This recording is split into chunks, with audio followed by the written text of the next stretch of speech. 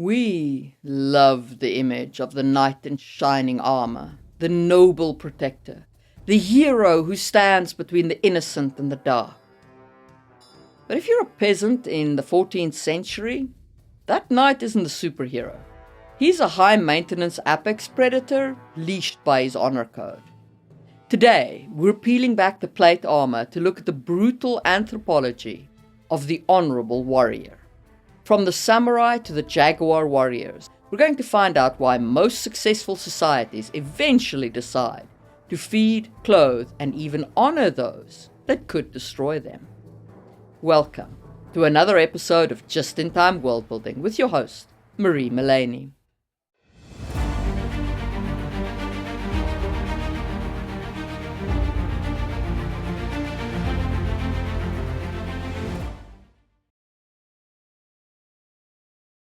To understand where the concept of the honorable warrior comes from, we really need to talk about anthropological evolution and specifically the control of violence, because that need to ensure that violence doesn't rip our societies apart is what creates the archetype of the honorable warrior. Indulge me for a moment. I want you to think of yourself as the whole of humanity. Now, take yourself back to the pre-agricultural revolution time, to being a hunter-gatherer. Consider the environment that surrounds you. It's the world of biological evolution, survival of the fittest. We're one predator among many, and our superpower, our true dominant trait, is our ability to socialize and to work together. That means we have to exist as a tribe that can cooperate. And the most successful tribes, the ones who survive in this harsh environments, are the ones who are cognizant of that need to work together. And that brings us to the application of violence. Every person in a given tribe has to be capable of violence because of the nature of the environment. Some will, of course, be more capable of violence than others, by being more ruthless, stronger, or more aggressive, and so on. But violence is largely decentralized. However, violence cannot be tolerated in extreme within the tribe, or the necessary cohesion required for survival breaks. So, overt internal aggression is kept in check through shaming, ostracism, and even, in extreme cases, execution. And we see this, for example, in the Kung San, who ridicule aggressive men to prevent them from forming the dominant group. Bear in mind that we're talking about internal aggression. There is still plenty of external aggression through raids, feuds, and even homicides. Cooperation isn't about being good, it's about not getting killed. The tribes that survived were the ones that could balance cooperation with controlled violence, punishing those who threatened the group's cohesion. And this holds true for hunter-gatherers without a surplus. But hunter-gatherers who have a surplus, for example the Haida, tend to behave more like agricultural societies. So what is this surplus and how does it change the control of violence? When we discovered the marvels of agriculture, societies that routinely have a surplus of material goods started developing. This surplus starts as food, saving some grains and dried fish for the winter and for next year. But soon, it develops into clothing, ceramics, glass, metal goods, houses, cars, spaceships, computing power, and so on. And that surplus is where the rub really lies. Think back again to those early agricultural societies. The surplus allows them to have specialized labor. There can be farmers who provide food in return for potters, who provide bowls in return for weavers, who make cloth, and so on. But what about the violence? Remember how I said that hunter-gatherers use social controls to keep overly aggressive warriors in line? Well, that stops working when your group grows so large that personal relationships can no longer be used to reward and shame people. At that point, you need institutions. And even more importantly, surplus creates inequality. In most hunter-gatherer societies, with those few exceptions I mentioned, no one can hoard because there's nothing to hoard. There is no surplus to hoard. But in agricultural societies, someone always tries to hoard the surplus, and they need armed enforcers to keep what they've taken. And so, some people start providing violence as specialized labor to protect, or even to take, the surplus. I don't think it's unfair or controversial to say that violence beats non-violence and takes its lunch money. So, the warriors of a society can turn on their own members and demand the whole surplus. But a society with only warriors who just takes what they want from the rest of their people, most often cannibalizes itself because the non-warriors flee. And a society with no warriors most often gets invaded by a society with warriors. Which means, in essence, that society needs to find a balance between the warriors getting a slice of the surplus, but also not turning their violence inward to take all of the surplus. And this is where honor codes and the honorable warrior archetype comes in. The honor code of the warrior develops slowly through cultural evolution for, in my opinion, 3 reasons. 1. To direct violence outward against the enemies of the society. 2.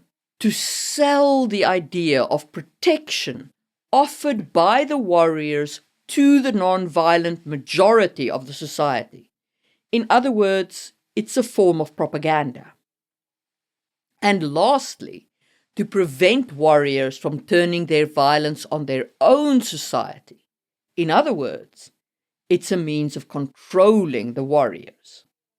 But here's the thing, honor codes aren't just about control. They're also about identity and belief. The warriors who follow the code aren't just being manipulated. They buy into the myth of the code because it gives them purpose. And the non-warriors need to believe in the honorable warrior code because the alternative is chaos. The code isn't just propaganda. It's the glue that holds the system together. The idea of the noble warrior gives violence a higher purpose, whether it's defending the faith, upholding the cosmic order, or protecting the weak. This is a shared myth that makes the system tolerable for everyone involved. It's a story we tell ourselves about ourselves. And listen, there is nothing wrong with that, okay? I am not throwing stones at anyone. We need these myths to make our societies work, and this is one that holds us together. Okay, so the honor code gives birth to jaguar warriors, to knights, to the Chinese Shi, to the Polynesian Tuwa, and the Japanese samurai, and many more warrior archetypes over the millennia. Now, why did I take you on this journey? Because in order to understand the knight, you have to understand 2 things. The honorable warrior archetype comes from cultural evolution. It's a structure that we see develop again and again as the hunter-gatherer gives way to the agricultural specialist. And 2, when I say that honor codes were developed to control the warrior, I am not referring to some shadowy conspiracy theory where there's a cabal of people deciding to develop these cultural structures. I mean that societies who developed these structures were more successful than those that didn't. And so, through cultural evolution, these structures survived. What about those exceptions? What about societies that didn't develop a warrior class, I hear you ask? Well, there are a few exceptions. The Zapotec were less militarized than their neighbors, but in time they were conquered by the Mixtec. In a modern example, Costa Rica doesn't have a military, but they rely on the United States to protect them externally while they maintain an internal police force. They're not warriorless, they're protected by someone else's warriors. And then there's one society that may have been genuinely warriorless. The Indus Valley civilization had no clear warrior elite as far as we can see. And while they're not around anymore, we don't think they were invaded. So maybe it is possible to not have a warrior class. but most large-scale societies developed some form of organized warrior. Now that we understand how the archetype develops, our next step is to discuss some real-world examples to develop the anatomy of a warrior code. But before we do, if you want to get more out of this channel, like access to members-only worksheets and live streams, and even discounts on hiring me for one-on-one world-building coaching, then sign up for membership to the channel. On the straw tier, you get worksheets and live streams. On the wood tier, you get 40% discount on world-building consulting. And on the stone tier, you get 60% discount on consulting and all my content in digital format free of charge. So if you want to support the channel, hit that join button and get cool perks today. Okay, now let's get back to honorable warriors. Now that we've seen why these warriors exist, let's peel back the layers of the honorable warrior to see how different cultures built specific versions of this controlled burn of violence. Because while the niche is the same, the flavor of the code changes based on what society values most. And we'll start with the one you probably know best, the European knight. In the 9th and 10th centuries, Europe was a mess of fragmented power. The surplus was land. If you owned land, you had food. If you didn't, you lived on someone else's land, and much of the fruit of your labor belonged to that person. Heck, you were often basically a fixture of the land. Check out my video on feudalism for more details on that topic. Anyway, the knightly code, or chivalry, was essentially a property management manual backed by the church. The anatomy of their code was built on vassalage. A knight wasn't just a guy in armor. He was a man who traded his violence for a fief, a piece of land. His honor was tied to his word. If he broke his oath to his lord, he didn't just lose his reputation, he lost his source of income. If the lord could take it back. Feudalism is complicated. Anyway, the church, seeing all these thugs in horseback tear up the countryside, added a layer of piety. They told the knights, you aren't just killers, you are the militia Christi, the soldiers of Christ. This directed that violence away from the local Christian peoples and toward the infidel and the heretic. But if you move east, the anatomy shifts. In ancient China, the Shi were the warrior nobles of the Shang and the Zhou dynasties. Their code wasn't just about bravery, it was about ritual, or li. A Shi warrior had to be an archer and a chariot driver, sure, but he also had to understand music and courtly rites. Why? Because in a massive, centralized bureaucracy, violence that isn't ritualized is just chaos. Now, the Shi's a little complicated because eventually the Chinese realized that a warrior who thinks too much for himself is dangerous to the emperor. So, through cultural evolution, the Shi eventually transitioned from armored warriors into scholar bureaucrats. They traded the sword for the brush, but kept the honor, shifting the warrior code into the civil service code. The honorable warrior became the honorable administrator. Which is a very interesting evolution if you think about it, and one we can apply to fantasy world building, as we'll talk about a little bit later. Then you have the Polynesian Tua and the Hawaiian Ali. Hope I'm getting those right.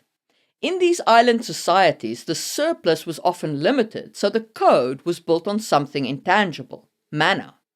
Mana is spiritual power, and violence was the way you proved you had it. And for the Polynesians who followed this way of life, which wasn't everyone, to be clear, the warrior is the sacred vessel. Their violence was deeply communal. A Maori warrior's haka isn't just a dance, it's a display of controlled energy.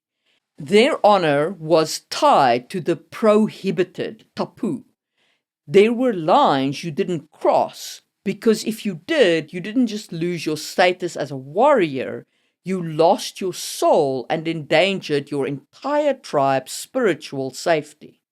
The code here wasn't about a contract with a lord or with the emperor, it was a contract with your ancestors.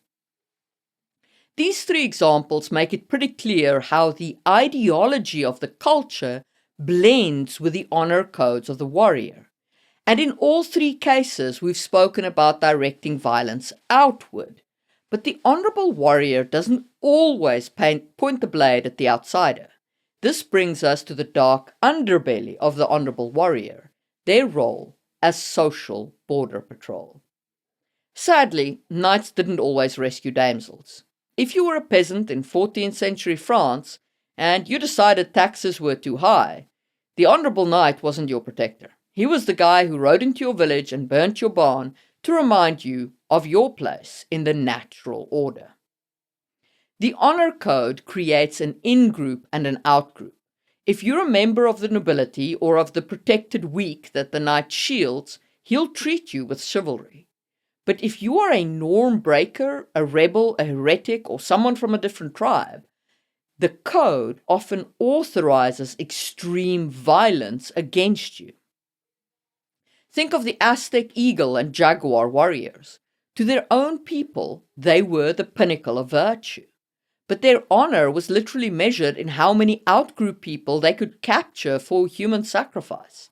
Their code demanded bravery, yes, but it was a bravery used to enforce the religious and political status quo. The honorable warrior is often the ultimate deterrent. They are the person who says, "Stay within the lines of our society and I am your shield. Step outside those lines and I am the sword that cuts you down." And it's important to remember that when you're designing your knights or their equivalent in your world. Yes, they often do protect the weak, and they are bound by a code, and they do believe in that code. I'm not saying they're hypocrites, but they are also enforcers of the norms and the elites of society. But how do you build that code? Well, I like to break it down into 4 elements. 1. Direction. Who do we hit? Outsiders, heretics, etc. 2. Restraint. How do we hit? No dirty fighting, show no mercy. Anything like that. Basically, what are the rules of engagement? 3. Propaganda. Why do we hit? To protect the weak, to gather sacrifices for the gods, to maintain the blessings of the ancestors, to maintain the celestial bureaucracy, and so on. And finally, 4. What turns one of those we protect into one of those we attack? Heresy, rebellion, slandering the ancestors, and so on. And then I write 1 or 2 tenets of the code for each of these elements. And if you want a deeper dive into specific codes of the warrior, check out my earlier video on that topic, linked in the information card. And now, since this channel is about fantasy, let's talk about how to apply the honorable warrior to non-humans and magic.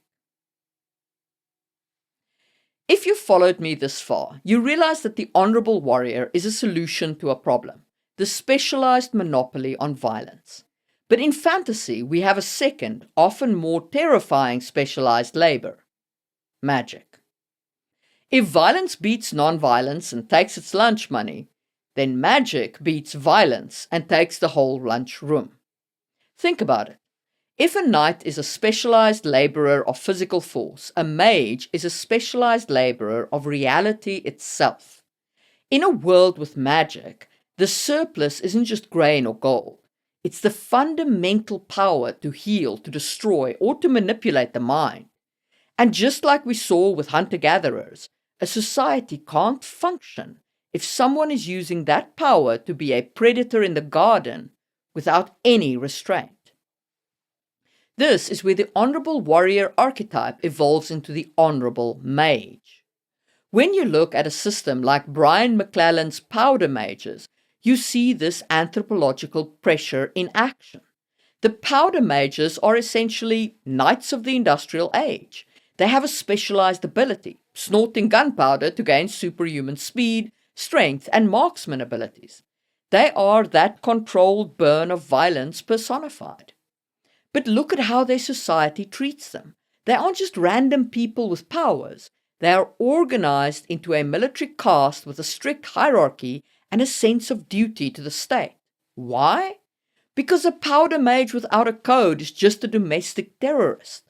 The honor of a powder mage, their loyalty to the Adran army, is the only thing that keeps the non-magical majority from living in absolute terror of them.